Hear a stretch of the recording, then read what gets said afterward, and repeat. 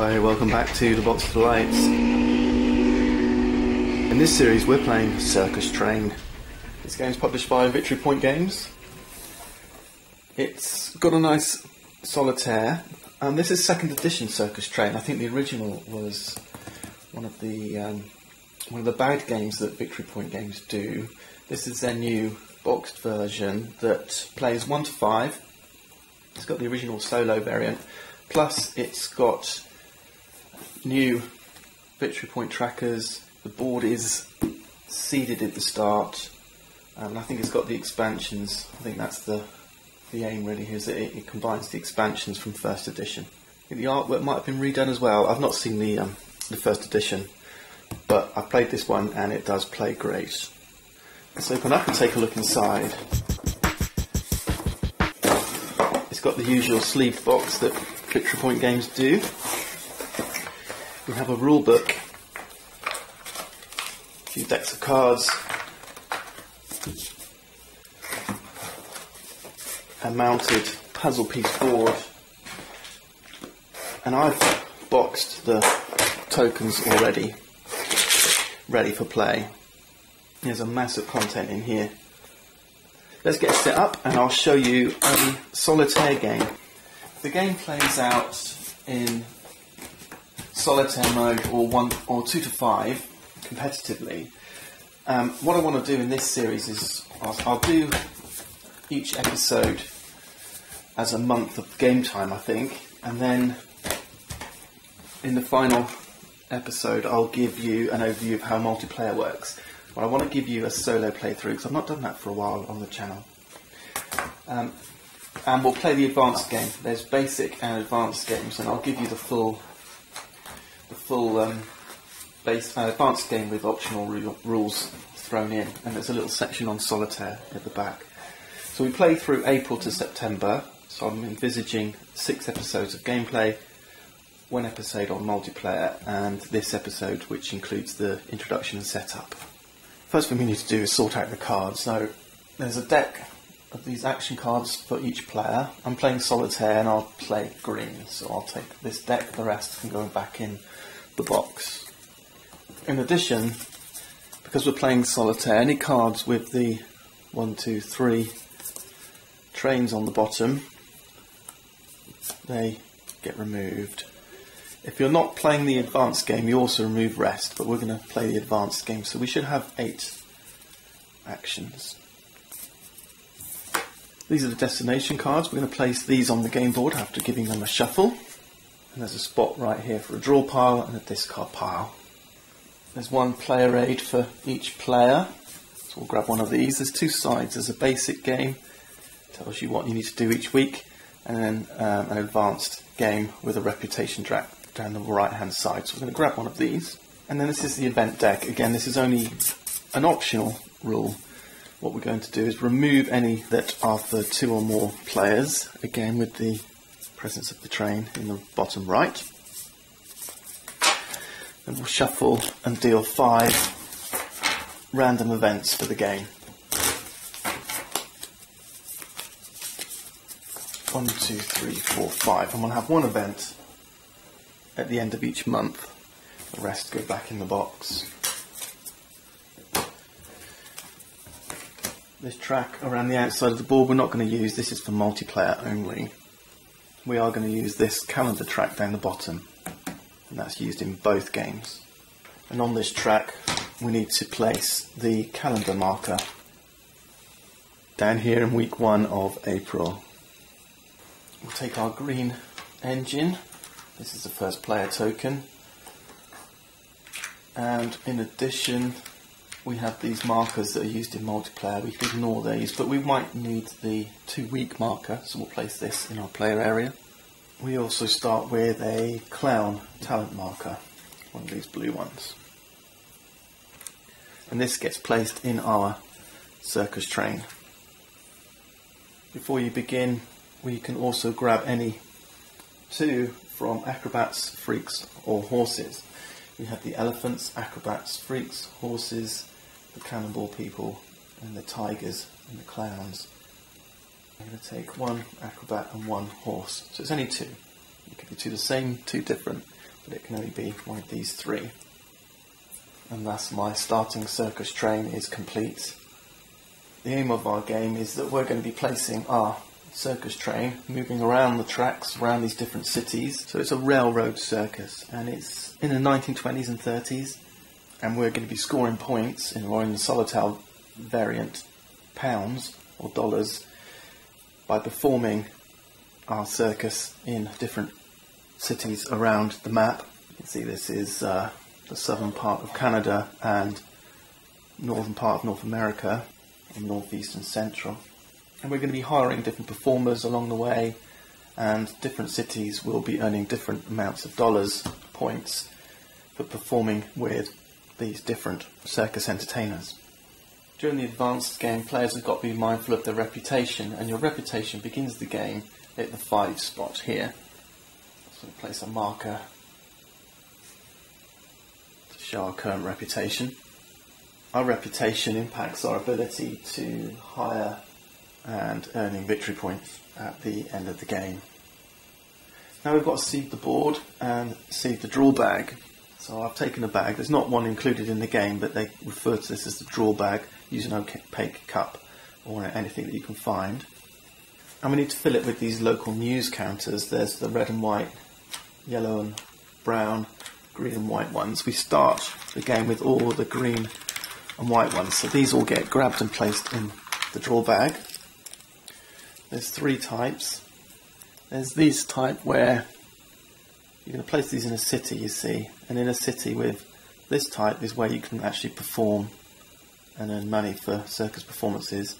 There's these which simply give you victory points, and there's also these which represent a bankrupt circus, another circus that has gone out of business and has left some circus performers that you can then go and hire. Right, so we place these in the bag, give them a good old shuffle, and because we're playing the optional rules, we can also grab the special characters. And there should be some for the yellow and brown era and some for the green and white, so we need to grab the green and white ones. And there's 2 for yellow and brown. We'll save those for now. And these ones are special performers. We've got Smuggler Sam, Engineer Ed, and Ringmaster Ronald. That one should be in the bag already. It's in the wrong spot. We'll place those in the bag as well. Shuffle those in. As we progress down the calendar, so at the moment we're in April, May, we're going to be using the green and white ones. When we move into June, July, we're going to be using the brown and yellow ones. When we move into August, September, it'll be the red and white ones. And there aren't any special characters in August and September. So as you move, you empty the bag and then repopulate with these new local news tokens. Now we seed the board, we grab a destination card. It's Rochester. And then we grab a local news counter. And it has to be a performance one. If it's anything else, we'll just chuck it back in the bag and pick another one. We've got a 3 victory point one, so we'll chuck it back in the bag. There we go. We've got a production one. So this goes in Rochester, which just happens to be here. And now we've got to fill the rest of the board with 7 more tokens so that we're up to 8. For April and May, we've got 8. In each month, there's June, July 10, August, September 12. So we're going to put 8 tokens on the board. Let's grab our first one. And this goes in Indianapolis.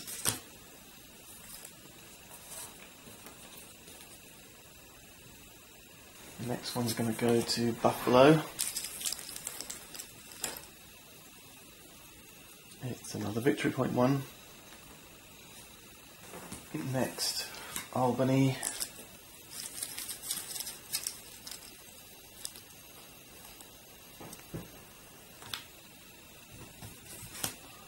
New Haven.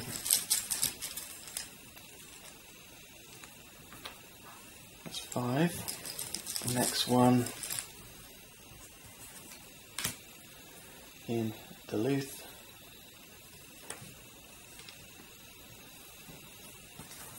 Detroit. Detroit gets Smuggler Sam. And lastly, Boston, which gets a bankrupt Circus. That was the only bankrupt Circus we found. Okay, so we replace this token with a clown and a tiger. And this gets discarded. And now we're ready to go. We place our engine in one of the Canadian cities, Winnipeg, Toronto or Montreal. I'm going to start over here in Winnipeg.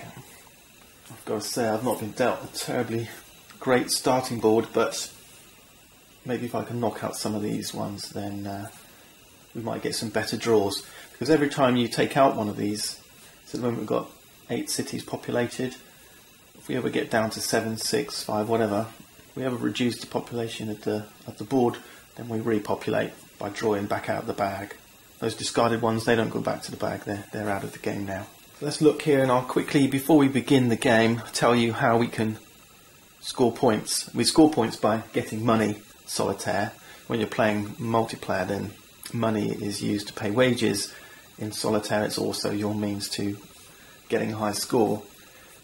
If we move our train down here, we can perform a performance here. And the amount of dollars we get is going to be $1 for every performance point. Our performance points are equal to this number here, 2, plus these numbers here for each of the talent tokens that we happen to hold. At the moment we have talent clowns, acrobats and horses. So if we were to complete a performance here in Duluth, we would get the 2 points.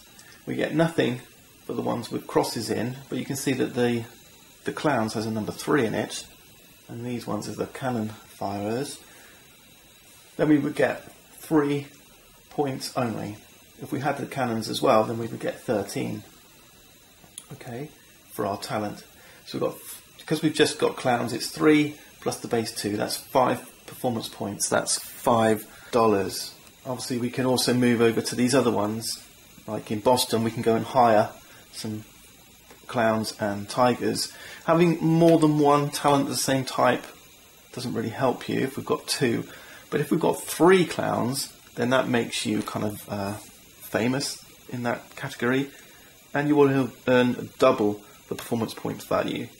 So if we had 3 clowns and we went to Duluth, rather than scoring just the 3, we would score 6 plus the base 2. Alright, so that would be 8.